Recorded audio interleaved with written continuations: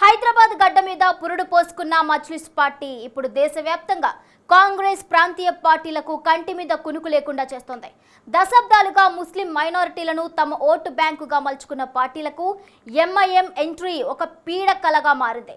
మొన్నటి వరకు బీహార్, యూపీ, గుజరాత్ ఎన్నికల్లో విపక్షాల ఓట్లు చీల్చి తమ సత్తా చాటిన పతంగి పార్టీ ఇప్పుడు పశ్చిమ బెంగాల్ అసెంబ్లీ ఎన్నికలపై కన్నేసింది. ఏకంగా 182 స్థానాల్లో పోటీకి సిద్ధమవుతుండటంతో తృణమూల్ అధినేత్రి మమతా బెనర్జీకి ముచ్చెమటలు పడుతున్నాయి. బీజేపీకి వ్యతిరేకంగా పోరాడే ఎంఐఎంను విపక్షాలు బీజేపీ బి టీమ్గా ఎందుకు ఆరోపిస్తున్నాయి? బెంగాల్ రణరంగంలో ఎంఐఎం ఎంట్రీతో దీదీ ఓటు బ్యాంకుకు పడబోయే గండి ఎంత? Let's watch the story.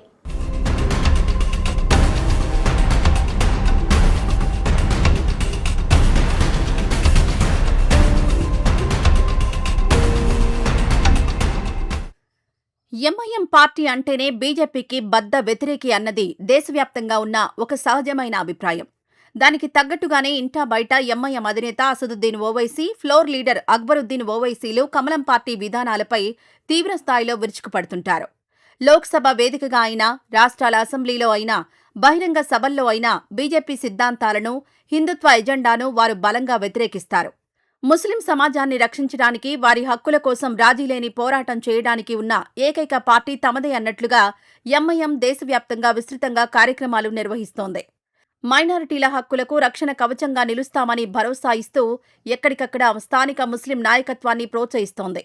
పైకి చూస్తే ఎంఐఎం, బీజేపీలు రెండు భిన్న ధృవాలుగా, సైద్ధాంతిక వైరుధ్యం ఉన్న పార్టీలుగా కనిపిస్తాయి.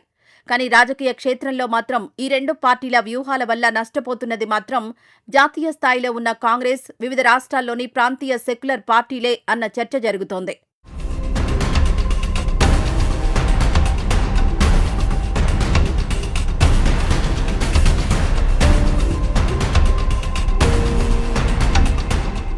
స్వతంత్రం వచ్చినప్పటి నుంచి సంప్రదాయకంగా ముస్లిం ఓటు బ్యాంక్ కాంగ్రెస్ పార్టీకి అండగా ఉంటుందన్నది భారత రాజకీయాల్లో స్థిరపడిపోయిన అభిప్రాయం. కానీ ఎంఐఎం జాతీయ రాజకీయాల్లోకి ఎంట్రీ ఇచ్చిన తర్వాత ఆ పరిస్థితులు పూర్తిగా మారిపోయాయి. కాంగ్రెస్, దాని మిత్రపక్షాలు ఎంఐఎంను బహిరంగంగానే బీజేపీ బి టీమ్గా అభివర్ణిస్తున్నాయి. కాషాయ పార్టీ కనుసన్నల్లోనే పలు రాష్ట్రాల్లో ఎంఐఎం బరిలోకి దిగి కేవలం ముస్లిం ఓట్లను చీల్చడం ద్వారా పరోక్షంగా బీజేపీకి లబ్ధి చేకూరుస్తోందని విపక్షాలు తీవ్రస్థాయిలో ఆరోపిస్తున్నాయి. గత బీహార్ ఎన్నికల్లో 25 స్థానాలకు పోటీ చేసిన మజ్లిస్ ఏకంగా 5 చోట్ల విజయం సాధించి సంచలనం సృష్టించింది. మిగతా 20 స్థానాల్లో లౌకిక పార్టీల విజయావకాశాలను దారుణంగా దెబ్బతీసింది. అలాగే యూపీ ఎన్నికల్లో 95 అసెంబ్లీ స్థానాల్లో పోటీ చేసిన ఎంఐఎం ఒక్క సీటు గెలుచుకోలేకపోయినప్పటికీ భారీగా మైనారిటీ ఓట్లను చీల్చి కాంగ్రెస్, ఎస్పీ కూటమిని ఘోరంగా దెబ్బకొట్టింది. అంతకుముందు గుజరాత్, మహారాష్ట్ర ఎన్నికల్లో కూడా ఎంఐఎం ఖచ్చితంగా ఇదే పాత్ర పోషించిందని విపక్షాలు పదే పదే లెక్కలతో సహా ఆరోపిస్తున్నాయి.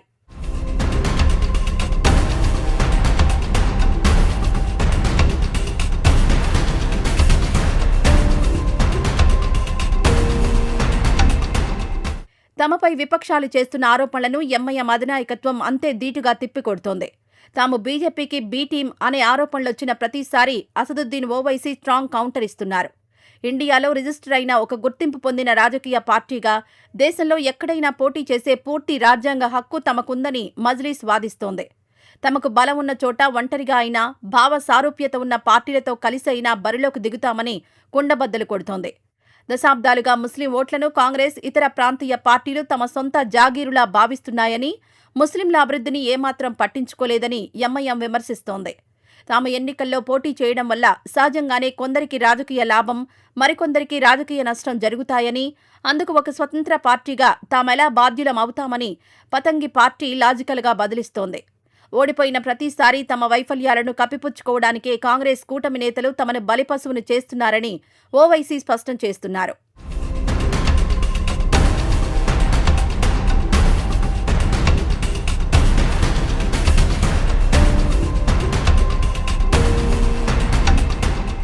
ఈ జాతీయ రాజకీయ చర్చల నడుమే తాజాగా పశ్చిమ బెంగాల్ అసెంబ్లీ ఎన్నికల ఎపిసోడ్ తెరమీదకొచ్చింది. బెంగాల్ ఎన్నికల్లో ఎంఐఎం ఏకంగా 182 స్థానాలకు పైగా పోటీ చేయడానికి భారీ స్థాయిలో గ్రౌండ్ వర్క్ సిద్ధం చేస్తోంది. ఇది తృణమూల్ కాంగ్రెస్ అధ్యక్షురాలు, ముఖ్యమంత్రి మమతా బెనర్జీకి రాజకీయంగా ముచ్చెమటలు పట్టించే అంశమే. ఒకప్పుడు దశాబ్దాల పాటు వామపక్షాలతో కలబడి బెంగాల్ గడ్డను కైవసం చేసుకున్న దీదీ గత 2 అసెంబ్లీ ఎన్నికల నుంచి నేరుగా బీజేపీతో హోరాహోరీ పోరు సాగిస్తున్నారు. ఆమె వరుస విజయాల వెనుక ప్రధాన బలం బెంగాల్లో సుమారు 30% పైగా ఉన్న మైనారిటీ ఓటు బ్యాంకే. ఆ ఓట్లన్నీ ఎప్పటినుంచో ఏకపక్షంగా తృణమూల్ కాంగ్రెస్కే పడుతున్నాయి. కానీ ఇప్పుడు ఎంఐఎం భారీ స్థాయిలో అభ్యర్థులను నిలబెడితే మైనారిటీ ఓట్లలో భారీ చీలిక రావడం ఖాయం. ఒకవేళ ఎంఐఎంకు 10% ఓట్లు పడినా అది తృణమూల్ కాంగ్రెస్ గెలుపు అవకాశాలను తీవ్రంగా దెబ్బతీస్తుంది. ఎంఐఎం ఎంట్రీ వల్ల జరిగే ఓట్ల చీలిక అంతిమంగా బెంగాల్లో ప్రతిపక్షంగా ఉన్న బీజేపీకే లాభిస్తుందన్న విశ్లేషణలు రాజకీయ వర్గాల్లో పెరిగిపోతున్నాయి.